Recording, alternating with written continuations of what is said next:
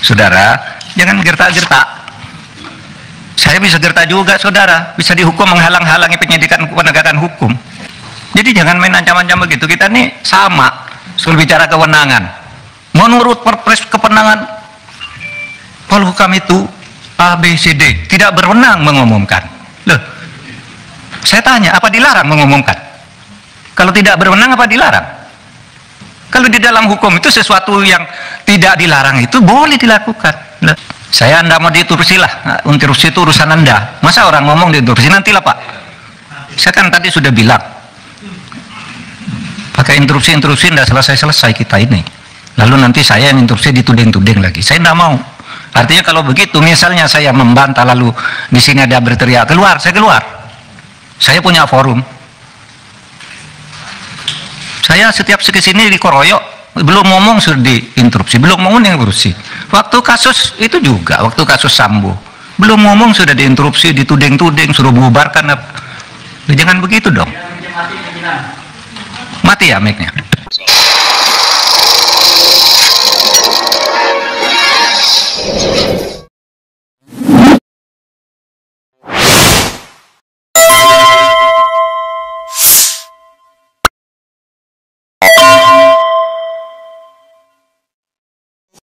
Assalamualaikum warahmatullahi wabarakatuh. Itu ketika Mahfud MD masih menjadi Menteri Polhukam, menterinya Jokowi, menterinya geng Solo. Dia juga merujak geng Solo yang ada di DPR. Tapi pemimpin rapatnya pada waktu itu adalah Sahroni. Ini nampak kali emosinya Mahfud MD. Karena biasanya sebelumnya pada waktu zaman Pak Jokowi itu yang merujak, yang kebanyakan memaki-maki itu kan anggota DPR. Sampai banyak yang diusir lah, dirjen, macam-macam. Tapi yang sekali itu kan terbalik. Kalau mic-nya mati gimana saya ngomong? Ini hidup Pak Mahfud. Jangan-jangan disabotase ini. Enggak, kalau mau buka-buka, ayolah. Di sini ada yang bisa dibuka, ada yang agregat, nggak bisa nyebut nama. Kalau menyebut nama, jangan-jangan ada orang yang di sini juga. Di ruangan sana, jangan-jangan orang yang ada nama sini. Tapi kalau mau buka-buka, ayo. Lah, nah ini kedengaran enggak? Kedengaran sana. Makanya baik. Pada waktu Mahfud MD menjadi Menko Polhukam, PPATK itu di bawah Kementerian Polhukam. Jadi Ivan sebagai ketua KPK pada waktu itu merilis banyak transaksi janggal di Departemen Keuangan. Artinya dibongkarlah oleh Ivan ini. Sampai sekarang perkaranya kita tidak tahu, ini hilang begitu saja kan. Transaksi janggal ini sampai 349 triliun. Entah duit ini mengalir juga ke anggota DPR, DPR ngamuk. Yang diungkap Ivan di Departemen Keuangan, DPR yang mengamuk, ini termasuk yang mengamuk itu adalah Dahlan Iskan dari PDIP. Padahal Mahfud MD ini kan dari PDIP juga ini. Makanya saya katakan di thumbnail-nya, geng Solo sama geng Solo saling hujat, saling serang. Maka dipanggillah Menko Polhukam oleh DPR karena saking emosinya DPR. Karena anak buah Mahfud MD ini yang membongkar Ivan sebagai ketua PPATK. Tapi Mahfud MD berhalangan hadir pada waktu itu. Ya, saya tidak sebut nama. Ya, yang nyebut nama yang ketiga inisial bukan saya, Bu Sri Mulyani tadi. Itu nanti tanyakan ke beliau. Tapi itu justru salahnya di situ. Arteria. Wah, katanya ini bisa diancam dengan ancaman hukuman pidana 4 tahun. Pada waktu rapat pertama, Mahfud MD berhalangan hadir. Hanya Ivan mewakili Mahfud MD sebagai ketua PPATK. Di situ Ivan sebagai anak buah Mahfud MD dirujak oleh Arteria Dahlan dari fraksi PDIP. Bahkan diancam dia dengan pasal-pasal tertentu. Arteria kemudian membacakan terkait pasal 11 Undang-Undang Nomor 8 Tahun 2010 soal kewajiban merahasiakan dokumen terkait tindak pidana pencucian uang. Berikutnya, saya ingin sampaikan begini Pak. Ini saya katakan Pak Ivan clear ini. Ya, tadi sudah ada penjelasan dan kami percaya. Tapi yang bagiannya yang ngebocorin berarti bukan Pak Ivan kan? Yang memberitakan macam-macam itu bukannya dari mulutnya Pak Ivan kan? Bukan dari Pak Ivan. Saya bacakan pasal 11 Pak. Pejabat atau pegawai PPATK, penyidik atau penuntut umum, hakim dan setiap orang itu termasuk juga menteri, termasuk juga Menko Pak.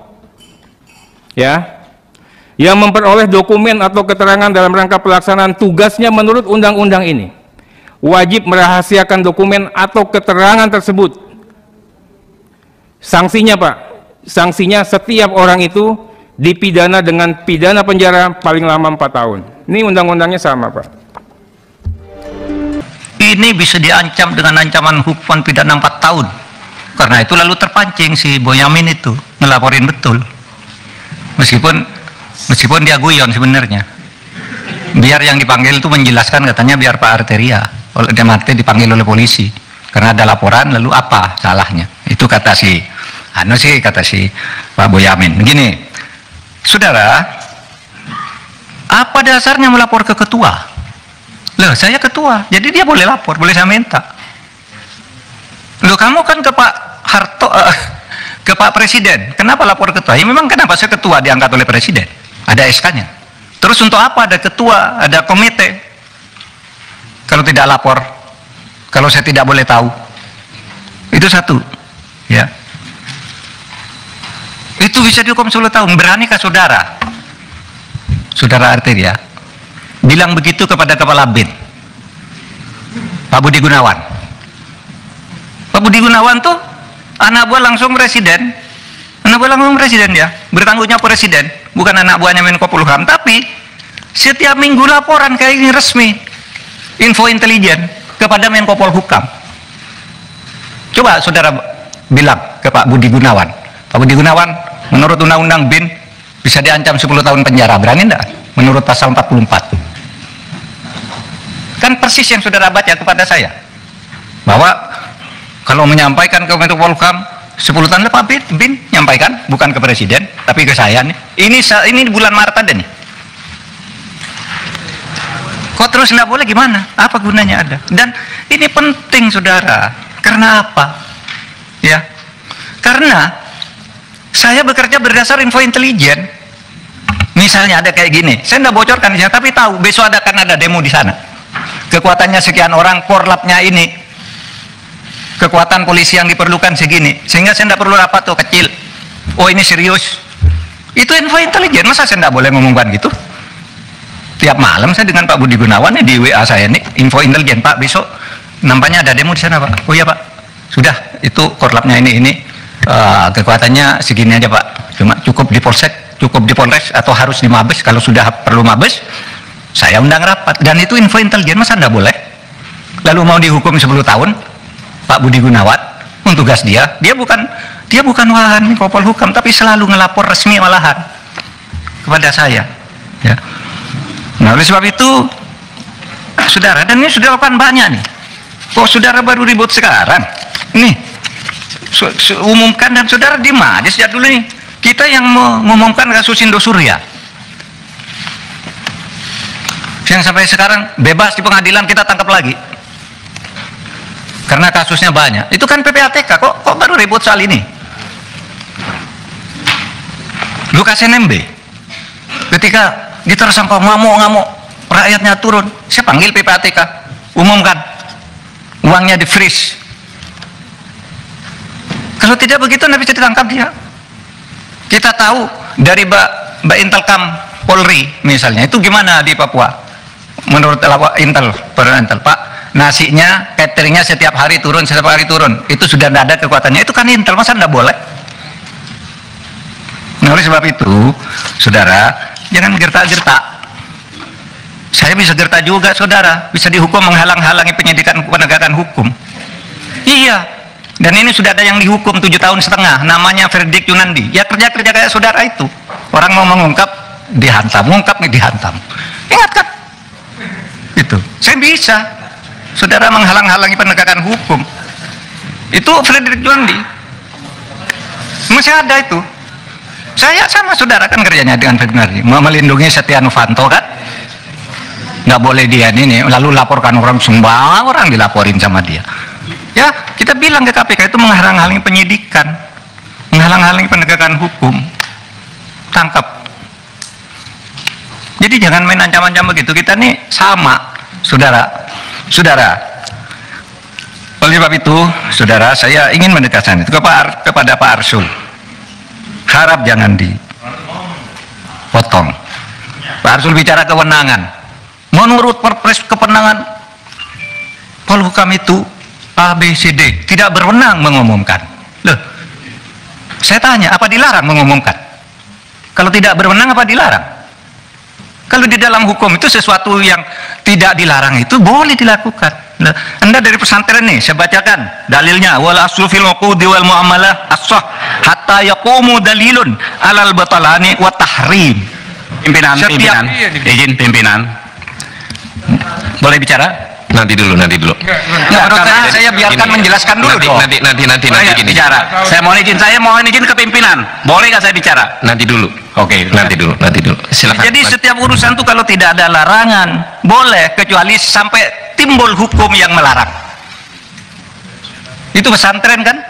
Dalil di pesantren waktu kecil udah menghafal kayak gini. Nanti kalau di dalam hukum umum, saya katakan juga sekarang ke Pak Beni. Pertanyaannya kok seperti polisi. Menko boleh ngomongkan apa enggak? Begini Pak, kalau seperti boleh apa tidak? Begini kalau substansi boleh apa tidak? Jawab iya atau tidak. Kan enggak boleh tanya begitu. Itu harus ada konteksnya dong. Sudah bilang boleh katanya. Ini yang saya lihat. Kalau boleh sebutkan pasalnya, wong boleh kok harus ada pasalnya. Kalau boleh itu enggak perlu pasal. Misalnya saya tanya ke Pak Beni boleh enggak saya ke kamar mandi sekarang? Boleh, mana pasalnya? Enggak ada, karena boleh. Kalau dilarang baru ada pasalnya. Rapat itu makin lama makin panas. Tapi Sahroni sebagai pemimpin rapat, ketua komisi, dia waktu itu masih wakil pimpinan komisi. Itu Sahroni yang rumahnya dihancurkan oleh masa kemarin ini. Di sini malahan dia membela Mahfud MD. Berkomentar terlalu jauh, tapi kira-kira rapat ini harus berjalan sesuai dengan tata tertib yang berlaku di DPR. Terima kasih Pak Mulfahri. Pak Mulfahri dan teman-teman, namanya kita mengundang rapat yang bersangkutan sebagai ketua komite nasional dengan kontroversi yang ada.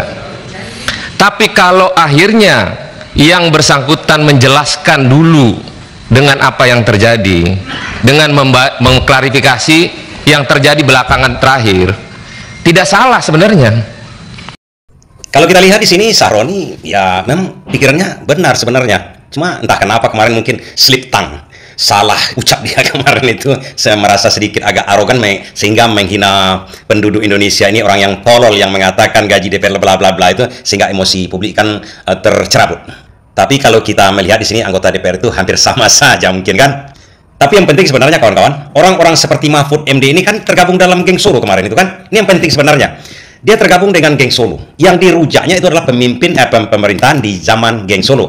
Artinya, dia tetap netral. Dia tetap pegang kebenaran. Dan sebenarnya, yang dipanggil oleh Prabowo untuk menyelesaikan permasalahan di DPR yang juga diketahui oleh Mahfud MD, sangat mengetahui dia itu kan. Dia ancam mau bongkar-bongkar segala macam. Dia tahu sepak terjang DPR ini sebenarnya. Sebetul-betulnya, yang harus dipanggil oleh Prabowo kemarin itu bukan ketua umum partai, bukan alim ulama yang sudah tergabung di pemerintahan. NU sudah dapat tambang, Muhammadiyah sudah dapat tambang, tidak perlu orang itu dipanggil. Yang harus dipanggilnya Mahfud MD, termasuk Anies Baswedan. Itu seharusnya yang diminta masukan oleh Prabowo.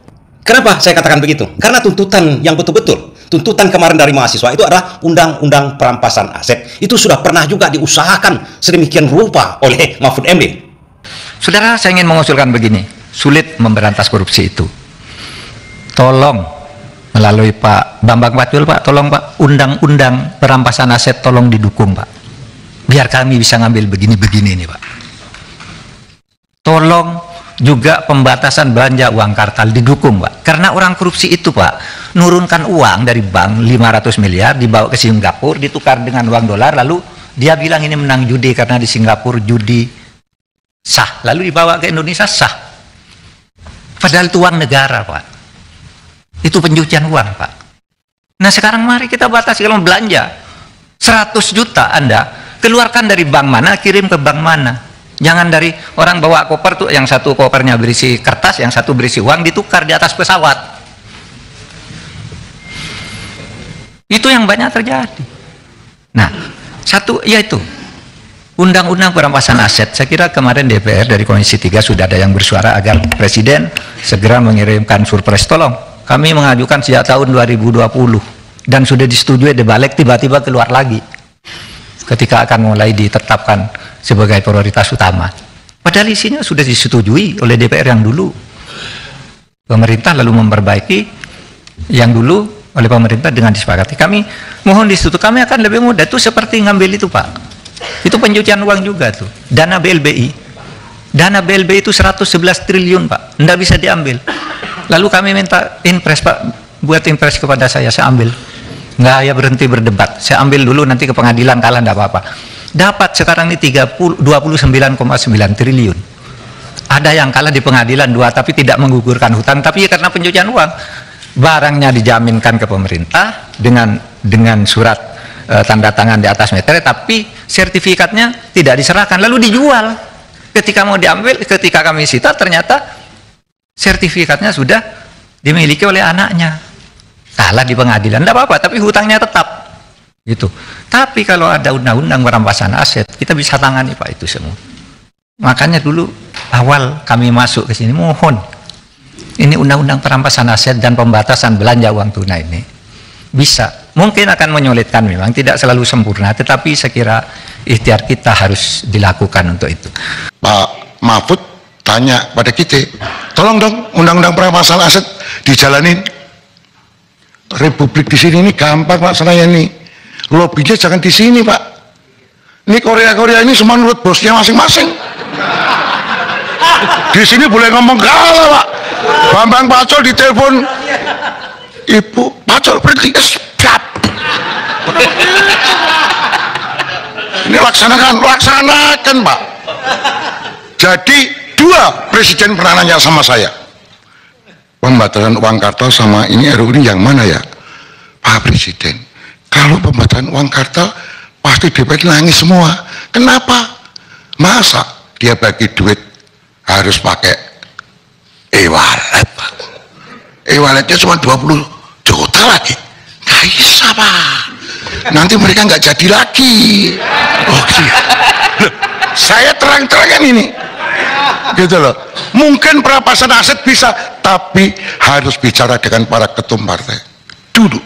Kenapa Mahfud MD yang harus dipanggil atau diminta pendapatnya oleh Prabowo untuk menyelesaikan kisruh sekarang ini? Ini jelas dari nada dan kata-kata Bambang Pacul, kawan-kawan bisa memperkirakan apa yang terjadi sebenarnya dengan undang-undang perampasan aset. Ketua umum partai tidak mau, itu dikatakan sendiri oleh Bambang Pacul, dan di DPR itu sendiri pembatasan uang kartal dan uang giral itu mereka tak bisa menerima sum-suman lagi.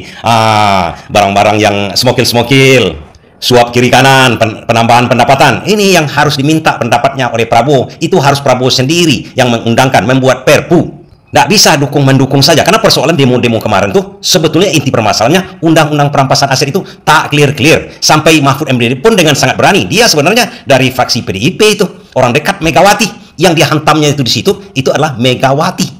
Kenapa Megawati? Adalah ketua umum PDIP. Kenapa ketua umum PDIP? PDIP lah yang mengusulkan Jokowi kemarin kan menjadi presiden. Kok bermain sandiwara kalian? Itu yang dibongkar dia sebenarnya. Pura-pura mau memberantas korupsi, tapi kalian sendiri tidak mau. Dan bahkan saya lebih jauh, Prabowo harus merekrut kembali Mahfud MD ini untuk menjadi Menko Polhukam. Tempatkan dia di situ balik untuk menyelesaikan masalah ini. Termasuk karena saya pendukung Anies Baswedan, termasuk Anies bawa-bawalah oleh Prabowo untuk pemberantasan korupsi ini. Biar negara ini lebih baik, biar berikutnya Prabowo tidak omong-omong, biar berikutnya Prabowo tidak akan didemo, biar berikutnya demonstrasi itu bukan menurunkan Prabowo lagi, tapi demo-demo yang damai saja. Terima kasih.